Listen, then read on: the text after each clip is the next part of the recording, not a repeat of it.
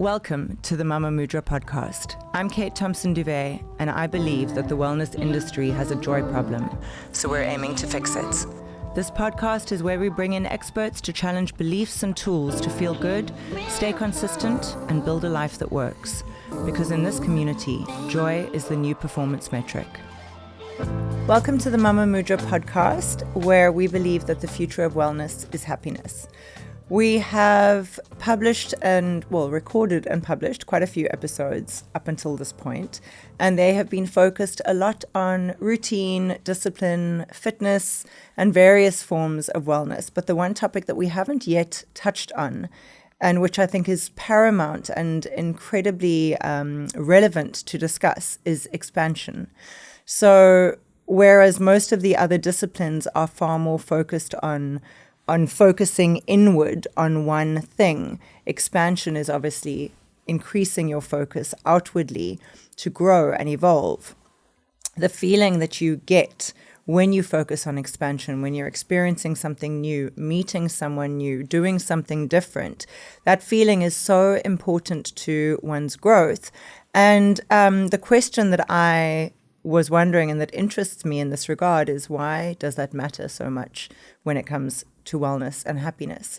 So today I've got a guest with me, Zahirah Marty. She is a travel journalist. She's a mom. She's a friend. She's someone that I have a lot of love and respect for, and she's someone that travels a lot. So I have asked her to come into studio to talk about new experiences and why she believes that these are so important to wellness and happiness. Not just important, but essential. So welcome, Zahirah. Thank you. I'm super happy to be here. And I love your podcast. And I'm so proud of everything you're doing. It's just also fabulous. Thank you. I appreciate that so much. Okay, let's get right into it because we've got a lot to talk about. And I wanted to ask you because, as I said just now, you're someone that travels a lot. I mean, every time I see you, you've been somewhere new and you're going off somewhere else new. We'll talk about it just now, but you've just completed climbing Kilimanjaro as well, which is incredible, with very little warning and planning. And so what is it, in your opinion, that makes experiencing new places, new cultures, new people so important with regards to personal growth and wellness? I think there's loads of ways you can answer that. For me, being in a new place kind of nudges my brain out of that ritualistic, habitual behavior, the cues that we have every day. What I've realized about myself is I'm not a routine person. I never have been, whether it was from how I run my career to how I've raised my son. Routine's not really a thing, which makes for interesting conversation at like the mom circle at school where, routine's such a big thing. But for me, having some sort of disruption, it kicks me out of that autopilot mode. I've never been someone that operated well with like doing the same thing over and over again. I like difference. I have a very curious brain. I like just kind of pushing the envelope wherever I can. And I like variety. So for me, I think it's only fitting that I ended up in a career that allows me to travel and be in new spaces and new environments regularly, because it really just forces that disruption in my life. And I don't think I could operate any other way.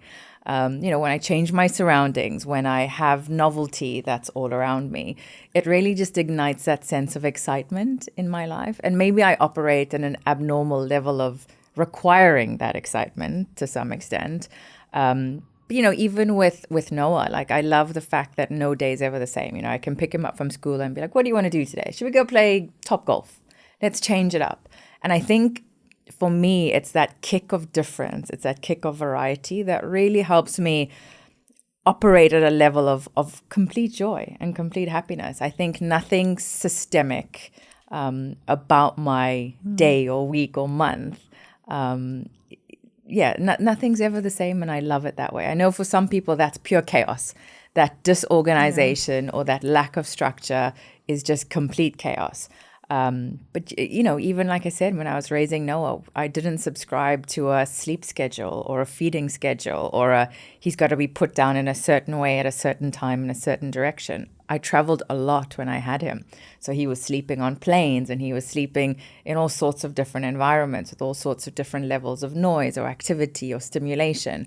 And whether a good or bad thing, I think he also operates in that space of like variety and needing that. I think in a lot of ways, the environment around me or that stimulation that's required is a kind of mirror to my energy level.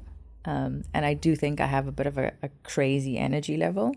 And I think for many of us, like our environments set our tones and our energies. We feed off light. I'm someone that absolutely loves natural light. So any space that's well lit, that has a lot of windows, that has high ceilings, I can feel my productivity increase. I can feel my energy increase. I'm very responsive to the environments around me. So having that changed, having that stimulated, having travel being sort of my vehicle of life really just feeds my brain and my energy. And I think in many ways, it's why I try so desperately to be nomadic. It's because I get such a great energy fix from the constant mobility. And do you think that most people underestimate the importance of that? Because, you know, listening to you speaking now, it would be very interesting to do a study on Noah in 5 to 7 years' time versus a kid that thrived on complete and utter routine and stability. Because, you know, even just thinking about myself, I love travel and I love new experiences. But my word, when it comes to term time, you know, with 3 kids and with the schedule as it is, I need that routine in order to just get everything done. And I'm listening to you and I'm thinking, my word, that must be so, it's a routine of itself to have no routine, you know, just to be like, we're just going to trust that this is what I know absolutely needs to happen on time. The rest is going to fall into place. And I think most people have that. They have the need to stick within that structured routine. But do you think those of us that do underestimate the positive impact that level and focus of new experience, you know, new environments, everything has on us, especially on children? Because again, I would imagine Noah's going to end up being a very different young adult to kids that have been far more structured and probably in a lot of really good ways. I mean, you always tread carefully in the space of, you know what I mean? Like is your kid going to be better than everyone else's? Yeah, definitely don't want to get into that space. But what I will say is, for us or for me, this works well. Noah's dad and I have pretty unstructured work environments. But saying that, I do see and appreciate the value in routine and the impact it has in other people's lives. Whether I could operate, I find it personally quite mundane if I'm doing the same thing every single day. I mean, saying that, it's not like we're crazy circus family that like, you know, every day of the month is completely different. Like, of course, we've got set soccer days and we've got, you know, set days that you can't get out of the timetable. But saying that, you know, it's not a case of we drive home from soccer and it's straight to the dinner table, bath is at this time. It's some days we're like, actually, do we want to go home and cook? No, let's stop at the crab shack and just have like a crab bowl today for dinner. And we're all fine. I do think it's very much personality based. Like I am quite a relaxed individual in general. Like it takes a lot to really like stress me out or get me anxious. And I'd like to think that carries through into Noah as well. I'd like him to go through life being sort of more on the relaxed, calmer side of things, because I think the world around us is crazy enough. Totally. And for us to be able to steady ourselves through that is really important. You know, even with what's going on at the moment in the region we're living in, there's a lot of anxiety around us. There's a lot of flare-ups of like, oh my goodness, what's happening today? And like, yes, an alert can really like stir your anxiety levels. But for me, it's very much about perspective. I like to think I'm a zoom out kind of person, like bigger picture. Let's zoom out of where we are, look around you, what's going on, what's really worth stressing about and putting that energy into, and what isn't. Will Noah turn out differently to any other kid? Look, I think in general, as parents, all of us just hope to raise good, decent humans. That's always our primary goal. Whether it's the organized chaos or the routine or whatever vehicle it is that gets them there, whatever works for you works for you. Yes, we all carry an element of our parents through our daily lives and whatever else. But I don't think, we know of kids that turn out to be really great that come from really disrupted, damaged homes, and the other way around is equally true. So my goal as a parent is always just to raise a well-balanced, good human. Everything else is a bonus.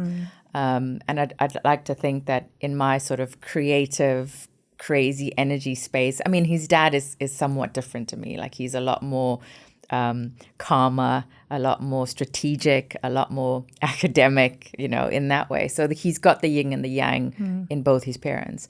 And we parent differently, but sort of us are on the same path that we walk on together as good friends. But yeah, I mean, I just hope my son's a good human. The rest of it, I love that zoom out perspective. I'm gonna use that, I think, in my own life.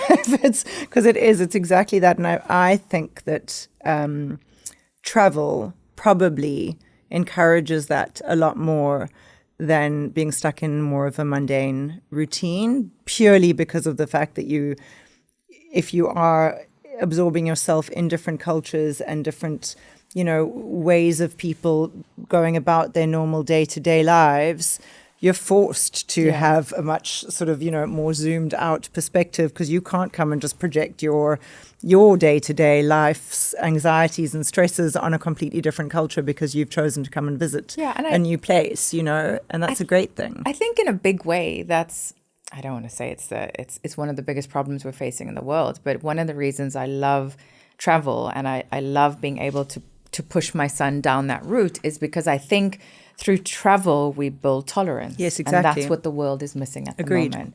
We're trying to cookie cut everyone into what our frame of reference is. And you realize that you can't do that. The other thing you realize from travel, which again is something I would love for him to sort of carry with him, is that despite how we like to magnify difference, humans are the same. Yeah. No matter where you go, no matter the socioeconomics of, I work in two very contrasting worlds. I've got one foot in luxury travel and I've got one foot in displaced communities and fragile economies. You couldn't get more contrasting worlds. But what you see is that humans, we're intrinsically the same. Like, we have, as moms, we worry about very similar things, maybe to a different scale, but it's safety, it's children, it's security, it's longevity, it's putting food on our table. And a lot of women in refugee camps have the same concerns. Yes, where we grow up and where we were born does influence, our fortune in life to some extent. But I think through travel, what I want Noah to gain, it's not necessarily about dining in the best restaurants around the world. But yes, sometimes the perks of my job allow him to do that. But it's more, I want him to see that there is so much variety in the world, but human values and how we value humans is the same. Totally. And we need to be able to do that and tolerate that you can look different, you can smell different, you can eat different, you can dress different. But I got to see that as a positive and not a threat or a negative. And that for me is how I value the career and the world that I get to work in. And I've seen that with you. I mean, you have the ability to sit in a room with complete strangers, different environment, new, circumstances, everything, and you look at peace. And I think that's something I certainly don't have and would love to have. And I can only imagine that that's a lot to do with the amount that you travel. You have, and it is obviously, it's a tolerance. You have an ability, not necessarily a tolerance, just a sort of a quiet confidence. You have the ability to just be able to sort of, insert yourself into a new environment, and you don't necessarily either need to make yourself known too quickly and be too loud in your sort of, hi, I'm here, but you also don't feel uncomfortable just sort of sitting back, sitting backwards and waiting to kind of assimilate with everyone. And I think that's amazing. And I have no doubt that that's something that Noah would pick up, which is exactly as you say, it's the ability to kind of just connect and mesh and accept and absorb without having to be overly aggressive and loud. I think as humans, we need to be more quietly curious. Yes. So without projecting who we are, or walking into a room and letting everyone know, this is who I am and I'm here and I'm arrived and you need to know who I am. It's actually, I want to walk in and I want to learn about you. I want to learn things I didn't know. I want to experience things through your eyes. I want to understand what stresses you out that might be different to me. And I think in any room that you walk into, or I walk into, I think it's that curiosity of the environment that I really try and absorb, because I think, again, environments are mirrors, right? They just reflect what's going on inside them. And I think sometimes out of fear, sometimes out of insecurity, that backdrop can influence everything from the mood, the tempo, how I respond to the things you say to me, how my nervous system either is defensive or receptive. And I think when you kind of walk through the world in that quiet, curious state, with a willingness to learn first and not necessarily tell you. Like, I don't need to tell you who I am. Yes. I want to learn about you. I want to understand what makes you happy and sad, and what do you like eating. And it goes across all sorts of boundaries, and it's from the way you look to the way you operate to your religion to, I think living as an expat for as long as I have in quite a multicultural environment, that's one of the things I'm most grateful for, is that I have had exposure. And I think we underestimate, no matter how open of a society or country you come from, being in an environment where we go out to brunches or dinners and pretty much every seat at the table is a different passport is really fascinating. And it really interests me to understand how you see the world and how you view certain things. And your opinion may be completely different to mine, to the point where I strongly disagree. But I think there's a piece from knowing that we can share a meal, share a table, share a group of friends, and still walk away with those strongly opposed opinions on things. Respectfully disagree, 100%. Yeah. And I think that's where travel has really given me this weaponry to be able to go through. And I think it's a great skill I'd like Noah to develop as well, because there's peace and difference. Yeah, totally. There really is. Completely. And why do you think, and you've probably touched on all of it already in your last few answers, but you can arrive in a new place and you can be physically tired from the travel, and there's a lot that goes into getting to the airport, before that, getting your stuff packed, going through passport control, all of the stuff, and then you get to the journey, the destination rather, and you're tired, but you still feel so energized purely just from being in this new space. And I would love to hear your perspective on that, because obviously from a neuroscientific perspective, it's all to do with neuroplasticity and, opening pathways and all of that good stuff, which is why we're speaking about this today, and expansion being so important with regards to wellness and happiness.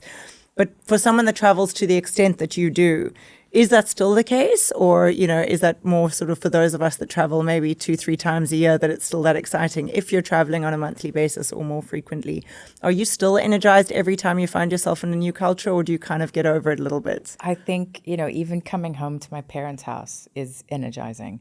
I think you realize that your environments, or where you end up, despite bodily fatigue, end up being a sort of backdrop. And then our nervous system is built up against that.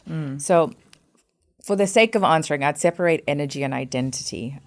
So that kind of backdrop and that nervous system registration kind of influences how I move, or and I still might be fatigued, but it's a fresh interaction. It's a fresh face. It's fresh energy being received. So if I was to go back to the example of my parents, there's that energetic excitement that we've arrived and we've come home.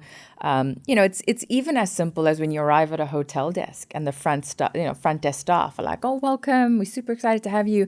And fortunately, again, through the work that I do, a lot of my stays, I'm invited to experience incredible things. So there's this level of excitement from the team to show you your room or something they've put up inside. And I think what I've realized, and I'm going to use the example of the Johannesburg Metro Police Department.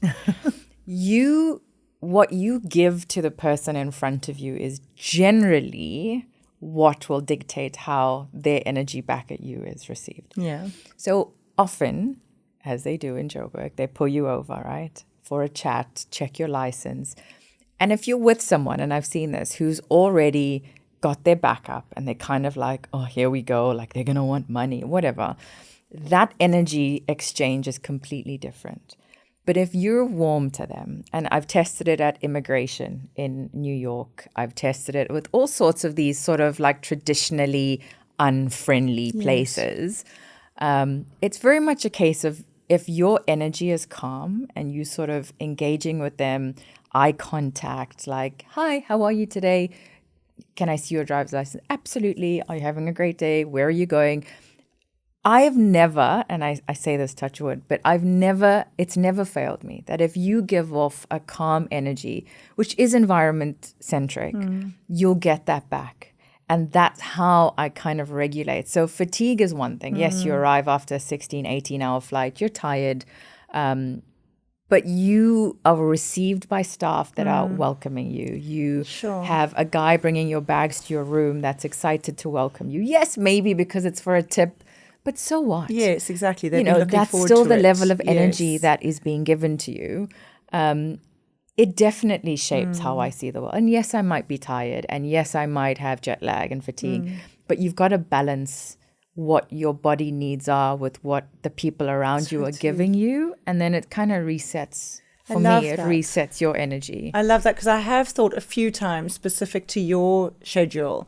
Like, is she not just like, does she not just want to say no to the dinner? Does she not just want to go to bed? Or, like, and if it were me, would I be able to still have that gorgeous, huge smile on my face and be, receptive and kind and warm? And it's such a beautiful perspective that to be thinking about the recipient, not first, but equally, as well as yourself. Yeah. Obviously, you're not doing anything at your own expense.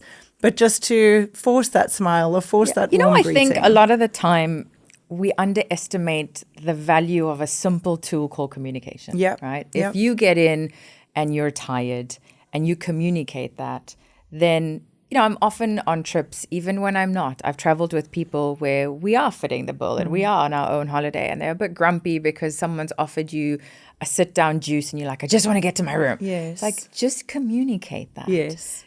Thank you so much. I'm really tired from my flight. I appreciate the juice, but if you don't mind, I'm going to skip and go straight to my room. Or, on press trips, often you'll get tours of the property, and sometimes they're a little bit ill-timed because they want to show you everything and cram the schedule.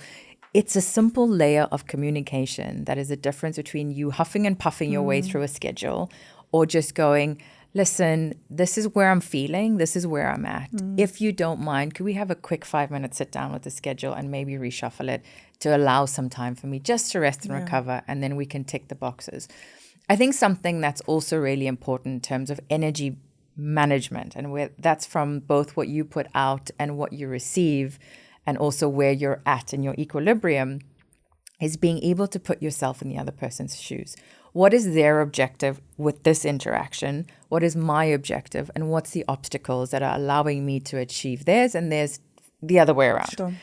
And again, I'll use the same example. Yes, on a press trip, we have a lot of scheduled activities. That person's job is to give you the best experience they can of the property or experience, but also for you to experience as much as possible for you to talk about. Now, knowing that, and this can be applied to any industry, knowing that, instead of, again, huffing and puffing your way through it, go, I know you need me to do a lot of things, maybe with a reset, or maybe we can look at how we can trim this back so that you still achieve your objectives, I achieve my objectives, but no one's pushing anyone too far past what they're comfortable doing. Yeah. And it really is just a communication thing. I think 9 out of 10 times, a lot of problems can be solved by just communicating. I agree completely. I really do. I think it's a lesson that a lot of people struggle with. And it is tricky when you are feeling dysregulated already, but it is really, really important. So obviously you are extremely lucky in that you do get to travel as much as you do. And for those of us that even go on a trip once a year, we're lucky to get to do that. There are a lot of people that don't get to travel at all. So for those people that are wanting to experience that sense of expansion, wanting to understand new things and experience new things without the luxury of being able to travel, what do you think? Is there even sort of a tool that one could use in their daily lives to try and experience that level of expansion in terms of one's own wellness and happiness without being able to jump on a plane and fly across the world? I mean, look, the PR answer to your question would be follow me for all my travel adventures. But what I will say is close your eyes and ground yourself. And grounding is something that I've really discovered in the last few years, and it's partly because of, you know, my social group is filled with not a lot of people, but very incredibly, like, I don't know, soulful humans. And I mean, you're one of them. Like, we often talk about wellness. You know, one of the most exciting things is coming to Cape Town and being able to go do sauna journeys and yoga. And I've really got a small number of people like you in my world, and have really, I say turned me into a hippie, but I don't mean it that way. But like, you know, my best friend Ali is like all about shoes off, feet on the ground, grass, walk bare feet. You know, I've got so many incredible humans around me that have taught me the value of just being grounded and being calm. Simple things like close your eyes and imagine where you want to go. You know, of course, there's social media. Of course, I want everyone to watch my stories and watch where I go and follow my travels. But what I will say is follow people whose energy resonates with you. And it may not be me, it may be somebody else, but follow someone whose energy, whose messaging, whose tone doesn't give you that sense of, oh, like, I wish I could do that. It's not jealousy, it's inspiring. It's more like, I love the way or the lens you show me the world through. Yes, I'd like to do it one day. Yes, I don't. But I love the stories that are told. But I'd also say filter the amount of time you spend watching other people's lives and go into your own head. Read books. You know, I sound like, you know, if some of my grade 4, 5, 6 teachers heard me right now, they'd be like, are you saying read a book? But read books, like go back to words, go back to humans, sit with your kids and go, what do you think your favorite place in the world would look like? And then you both draw that. I think travel isn't just about amazing TV shows and influencers and, you know, even influencer marketing, which is a whole other conversation for another day. But travel influences have completely changed. The way you see travel through the lens of somebody else on a social media platform is completely different. People don't want the polished, perfect videos and photos. They want the true, authentic opinions of, if I land there tomorrow, am I going to see, experience, feel, taste, hear what you're showing me? If not, that's not authentic, and my body does not want to receive that messaging. And I love that it's moved that way. I love that we're moving towards authentic storytelling rather than the perfectly edited, graded, polished photos in, and like the big red dress. Everyone only wanting to go to one place in a new city because that's where the photo opportunity is. And it's a corner of like the dodgiest part of town. Completely. And to get there, you risk your life. To get out is like a hellhole. It's not a true reflection of life. And I think in many ways for me, whether it's travel or skincare or anything, let's go back to authenticity. Let's go back to what is it that makes me feel good. And that's everything from what you consume on your device to your screens to the conversations you have with people. You know, I've done a massive like life edit of people. I think we've had this conversation of just surrounding yourself with people that feed your energy in the best way possible and trimming the fat in the most respectful way of people who don't. And it's the same with travel. Just let it be fuel for your energy and not anything negative or, that anything that it sort of sparks negative feelings or emotions in you in general, you should respectfully walk away from and go, I don't need it. Yeah. I think also a lot of people, you know, the previous question was around obviously access, and not everyone has the opportunity to travel and expand their minds to that extent. But I think a lot of people also potentially find comfort in sticking with the routine and the sameness of life in order to not have to test themselves and push boundaries. You know, you say you've relatively recently done an audit of people in your life. I've relatively recently also, as you know, done an audit of bloody everything in my life, you know, obviously except for those non-negotiables like my family and things like that. And it's like, I think there's also an element of, you know, either you use new experiences to expand your mind, or you expand your mind by pushing yourself into new experiences because you understand that there's need for change. And that can be hell of a scary a lot of the time. You know, I think for someone like you, it's fascinating that you are constantly forced into new experiences, which I think inadvertently gives you this very open mind when it comes to new experiences and new, you know, just new cultures and new ways of being, which is incredible. But there are so many people out there that don't have that. So to experience something new is really scary. And I think that there's a lot of hiding behind that in order to maintain a safeness. I think it's okay. Like, I think, and I say that I need to explain that. I think routine is fine. Yeah. If it works for you and it makes you happy and you're content, because I think contentment's a big word. Yes.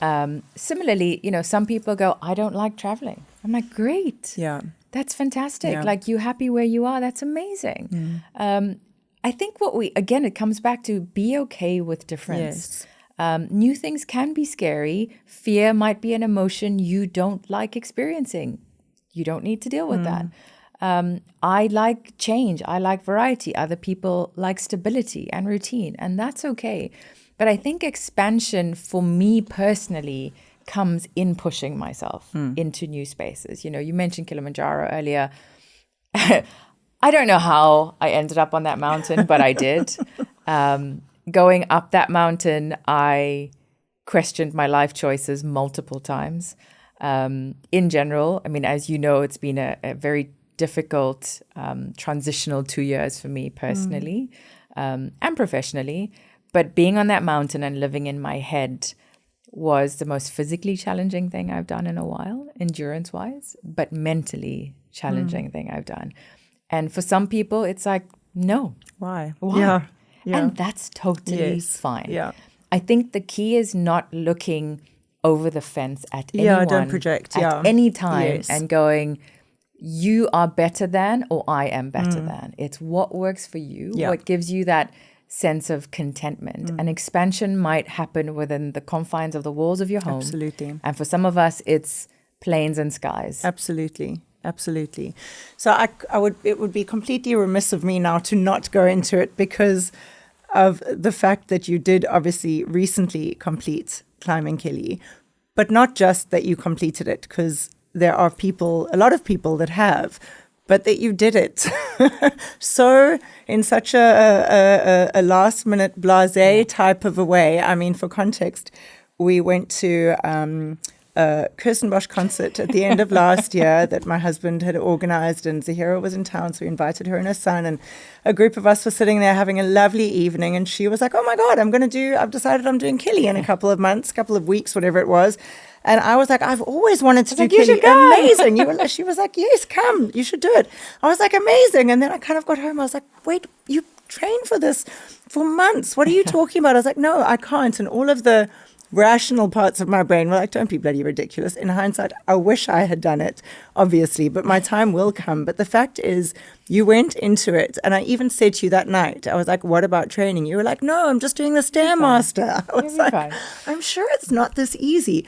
But she did it. And I did speak to you during the journey, and you did say, you're like, my God, I underestimated this, you know, but you completed it successfully. And, you know, it was obviously an amazing experience. But like, I mean, surely you had moments of just thinking like, what on earth am I doing? Or were you actually the whole time you were just like, this is just what I do, new experience, let's go. Oh, no, absolutely not. You know, I'll say this, like, Kilimanjaro isn't as physically challenging as probably other peaks might be. Yeah, it's quite slow and steady. It's more the altitude. Yeah, you know? There's days that you're just walking on a gradual through a rainforest, you know, one foot in front of the other. There are a few challenging, like boulder climbs. There's a rock wall face that you need to climb. I've got a bit of a wonky knee, so the descent was a bit uncomfortable. But I still think for someone of average fitness, I'm not an endurance person. So that's where I think my physical challenge was. I don't run marathons. It's not my thing. I don't enjoy it, which is why I chose to do this, because it's so far out of my comfort zone. But if I was really critical, the physicality of the climb isn't that bad. Okay. It does push your body and you are fatigued and you struggle to sleep and it's super cold and all that. But you kind of go into that knowing. Did I train as much as I should have? Probably not. But with my job, it's really hard. Traveling, I have no consistent routine, as we said. And that part of it wasn't so bad. The mental side of it, like living in your head for 7-8 hours a day. And because of altitude, you can't move too quickly. So it's one foot in front of the other and you're watching the heels of the person in front of you constantly. And, you get to the top of a peak and you're like, yes. And then the cloud moves and you're like, and there's another one. And there's another one. And there's another one. Oh, and I actually can't breathe that well right now either. I just realized, there's a lot of that. Yes.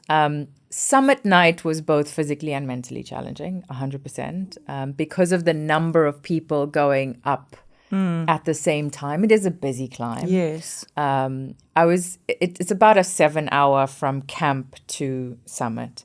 At about 4.5 hours in, I was like, what am I doing here? Oh, wow. Like, why am I here?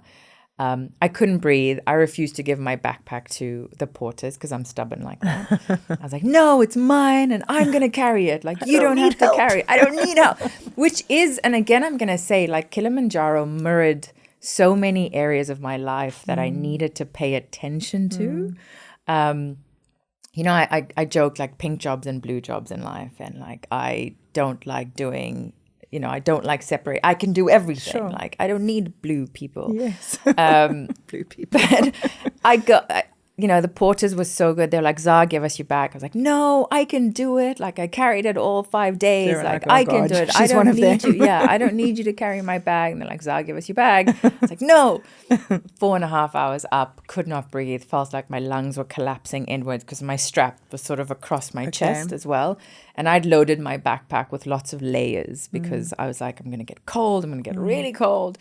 And I was like, I could feel a tear running down my cheek because I was the group leader in many ways, the oldest in the room. So I was trying to keep everyone motivated. We had, every time I looked back, I saw these faces and I was like, they're all here because of me. Yeah. Like, I can't not be the strong one here. And I'd try sing. So I'd sing for a couple of seconds and I was like, can't breathe. I need to be quiet for a bit to like try and catch my breath. And the porters were singing and dancing and they are just the most incredible humans ever. And they are the reason people get up and down that mountain. Yeah. Like nothing else. And I'd look back and I'd see all these faces and I'm like, oh my goodness, they're here because of me. Like, I've got to make sure I stay motivated. And at one point, it was like 4:25, I remember it.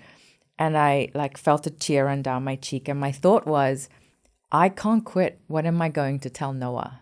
I'm done with this. Why am I here? My legs hurt. My body hurts. My pants are uncomfortable. I can't breathe. My nose is running. I'm done. Like, I've had enough. And I was like, what am I going to tell Noah? Like, the one thing I tell him all the time is, you've got to complete things you commit to. You don't bail on things, whether it's a soccer practice or a season of a sport or whatever. You must see out your commitments. And then you keep going. And bless, our group guide came and he now he's like, I'm not asking you. Yeah. He unclipped my backpack and he took it. And I could feel the air like enter my lungs again. And we did it. We got to the top. And there were tears, and we had like one of our group had to go onto oxygen. We had a dislocated knee, but I was so proud of them. Yeah. And they were all there for a cause. Like, we were climbing for a cause, and a cause that I had put in front of these guys who did not need to be doing it. And they all were like, we're doing it. Yeah. Like, if you're doing it, we're doing it. And they made it to the top, and they were super excited about it.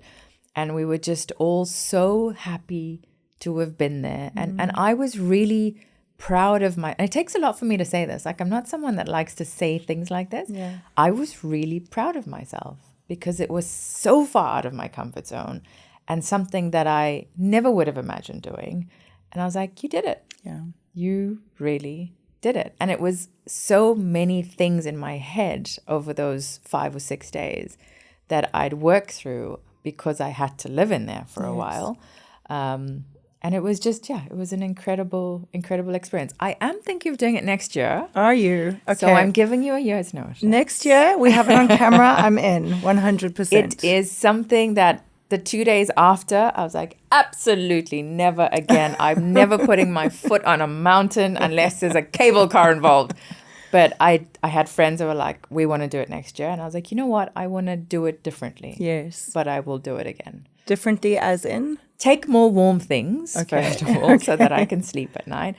But just, I think, knowing what to expect now. It's not about a challenge or a time thing that's also what's humbling about the mountain. You're not racing against anyone or anything or yourself. It's actually forcing yourself to slow down, pole pole, as they say on the mountain, slowly, slowly.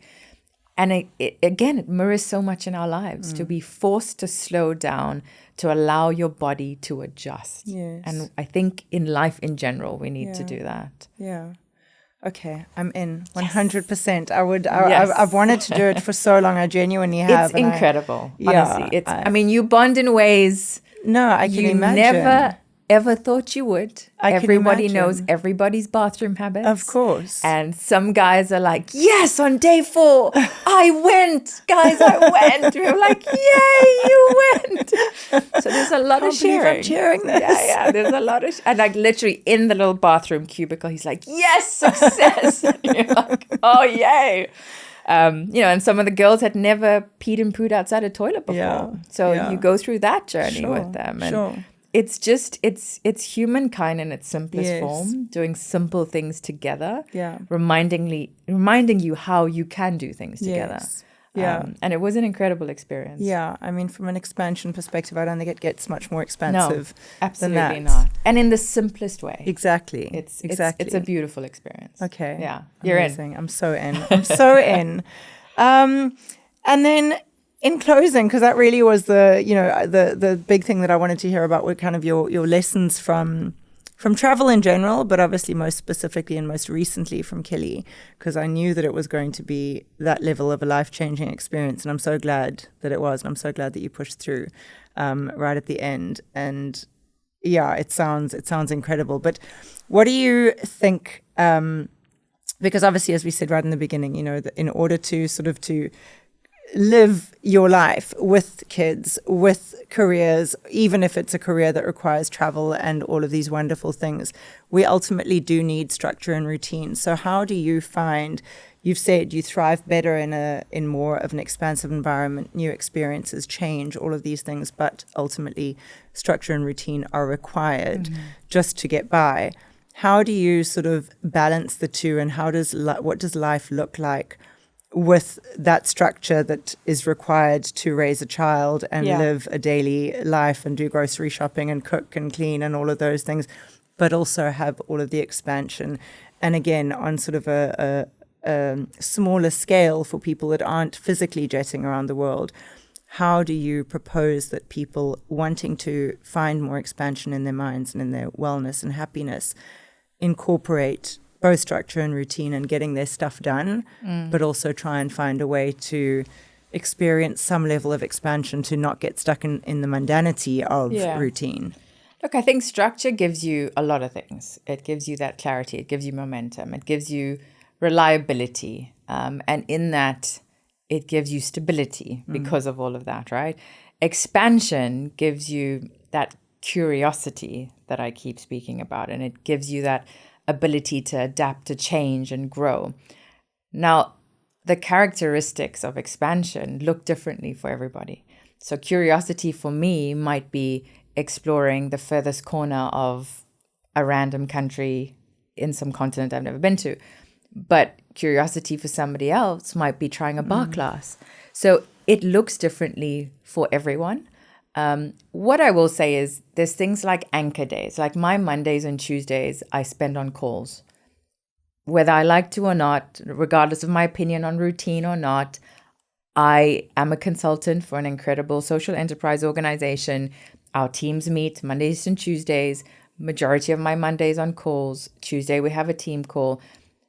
That structure that I'm not going to fight. It's energy that I don't need to expel. So for me, those are anchor days. Those are days where I go to the gym. I make sure I'm home, showered, ready, got my snacks lined up, and I know I'm sitting in front of a laptop. I think everyone needs to establish the balance between their anchor days and their adventure days. So I like to keep afternoons free because it's days I like to do things with Noah. We currently homeschooling. So while I'm doing my work, he's trying to do his. Well, we hope so. It's about finding what brings you that balance. And I think deciding what percentage of anchor versus adventure you need in your life. Yeah. When it comes to what you asked me about expansion, I think, it's impossible to say to someone, go on a trip. That's how you're going to find your expansion.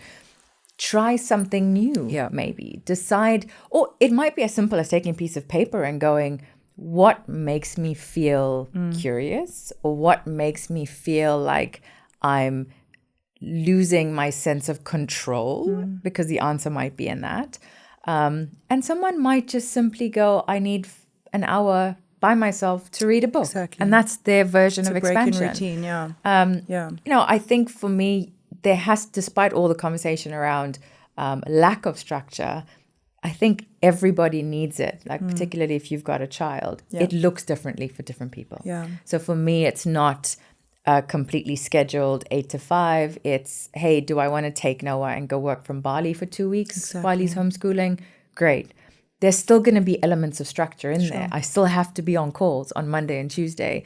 It just might be from a villa in Bali. So I think for everyone, mapping that out is important. I'm old school, like pencil, paper. And I always think every now and then, whether it's every 6 months, every year, get your girlfriends together, have a tea party, wine and cheese, whatever is your thing. Vision board and dream boarding is something that's really fun to do as an activity, because it also helps you to stop and think about what you like. And you can do it for like, my next 6 weeks, this is what I want to do, my next 6 months or 6 years, whatever makes you happy. But I think the key to balance, and I don't even like that word all the time, but your balance, your equilibrium needs to be, what percentage of anchor do I need versus adventure? What does anchor look like for me? Is it a structured Monday to Friday and then I go wild on a Saturday? Is it travel? Is it trying something new? Is it trying to learn a new skill? Whatever that looks like for you. Again, I'm going to say, package what brings you contentment, joy, and peace, and only you will know what that answer is. Yeah, it mustn't stress you out. I mean, I know for me and within my family, it was probably 3 years ago, I was religiously at the beginning of each year, I'd book 1 weekend a month away, and it would be somewhere we hadn't been before, and I'd just get the Airbnb and I would confirm it, and it was so exciting, but it was obviously a different time with the kids. Yeah. And then we moved into the final year of us doing that, and it caused so much stress because I was now stuck in the routine of expansion, and I was like, we will experience new places, we will do all this. But the kids didn't want to because, my eldest wanted to be here with her friends, and my middle child had, sport commitments or whatever it was. And now it's kind of more like every now and then we'll drive out for the day, but it's more like once every 3 months, and that's okay. Then maybe Sean and I will go and do something, with Tommy, our youngest. Like it can't cause stress, but I think it is just kind of acknowledging that break, even if it's bloody walking down. It's a prom walk in the afternoon, like a matcha exactly. And a prom walk. But exactly what you said, I think, is what needs to be avoided. Like chasing expansion for the everything comes back to intention, right? Yes. Like I am trying to live very intentionally at the moment. So if I'm going to be away from Noah, which I have to be with the work that I do, am I feeling uncomfortable about it because I genuinely feel uncomfortable about it, or am I uncomfortable about it because I'm worried that other people are going to think I'm away from my son a lot? So I need to sit and be intentional about my actions of choosing this career, which I have, and also being truthful with myself. And I think intention, truth, and authenticity all play a role in your expansion, because when expansion becomes routine, then it's causing anxiety, and then you don't have the peace element. And I think the peace element is at the top of the pyramid.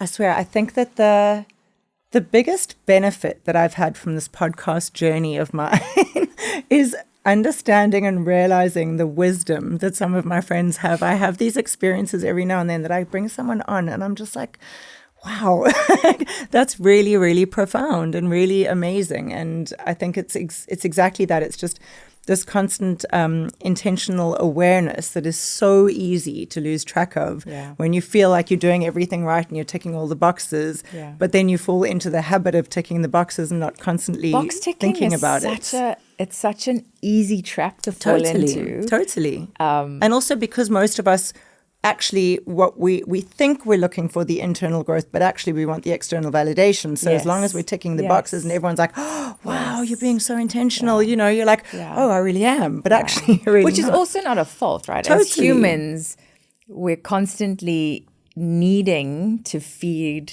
the monster that is our bodies and our minds. And a part of that is external validation to some extent. Yeah, your ego is a very important But you've got to of your keep mind. everything in balance as well. Yeah. And being able to stop and go, what is the core sentiment and the core intention and the truth, which may be very uncomfortable, behind why I'm making this phone call, sending this text, saying yes to an invite, feeling the way I am. What's the core feeling behind it? And then what you do with it is also up to you, because you may recognize all of that and you see it and still choose to do it, which is also fine. But it just gives us a different level of clarity. Yeah. Thank you. This has been amazing and I've really enjoyed it. And I think it's so important to understand that there are so many different ways to see joy and expansion. And while for me at least, and I'm sure a lot of people looking at your life admittedly through the social media lens or whichever lens we're looking at it, it might look like that's the way to do it and that's sort of the dream. I think it's such a great perspective to realize that expansion can be experienced in so many different ways depending on your lifestyle, your belief system, your fears, your goals, whatever it is. And it doesn't need to necessarily be something that we have to chase and it's some big experience. It can actually just be like on a daily basis, just, you know, through an intentional moment that you have with yourself. So thank you so much for being here and giving us your time. And it was really, really a beautiful, some beautiful insights that you shared. Thank you. I mean, it's always, these are things that you kind of roll around in your head, but being able to share it with a friend and have an actual conversation about it, it helps you work through things as well. So thank you for having me. Again, I'm so proud of what you're doing with this podcast. It's just amazing. I've said that to you every time an episode comes out. But I just wish you all the success with it. It's such an incredible concept. Thank you so much. So if you liked it, follow, subscribe, like, share, all those wonderful things. And thank you so much for listening. If this episode shifted something with you, share it with someone who needs it. Because the wellness industry doesn't change from the top down. It changes through conversations like these. So like, subscribe, and stay close. We're not chasing wellness anymore. We're redefining it through joy. See you next week.